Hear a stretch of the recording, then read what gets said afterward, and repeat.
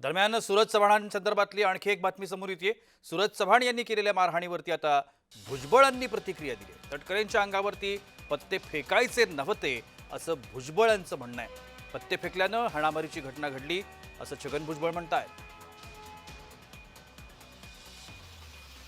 पत्ते फेकल्यानंच ही घटना घडल्याचं भुजबळ यांचं म्हणणं आहे। छगन भुजबळांची ही प्रतिक्रिया समोर येते। सूरज चव्हाण यांनी छावा संघटनेच्या पदाधिकाऱ्याला जबरदस्त मारहाण केली। या मारहाणीचे आता पडसाद उमटतायत। राष्ट्रवादीमधून छगन भुजबळ यांनी प्रतिक्रिया दिली।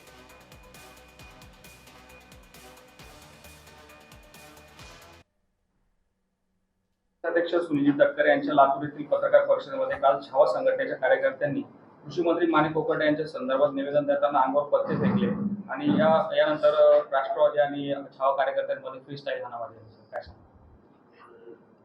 असं आहे ना की ज्या वेळेला कुठल्याही पक्षाचा नेता जातो त्यावेळेला असे तरणीपान कार्यकर्ते आपल्याबरोबर असतात आणि अशा वेळेला छावा संघटनेच्या लोकांनी सुद्धा जी काही ती कृती केली ती चुकीची होती ना।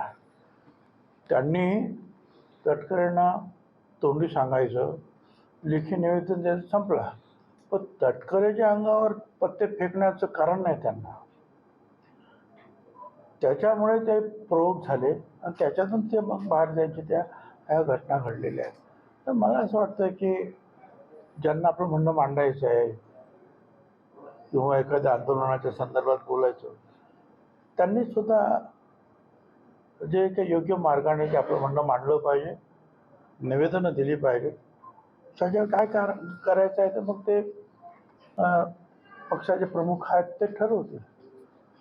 पण असं पत्ते फेकणं वगैरे जे आहे ते गैर होतं आणि त्याच्यामुळे त्याच्यातून क्रोध निर्माण होऊन मग तरुणांची जी आहे बाहेर बाचाबाची झाली। सर, नगर विकास अध्यक्ष सुनील तटकरे यांच्या लातूर येथील पत्रकार परिषदेमध्ये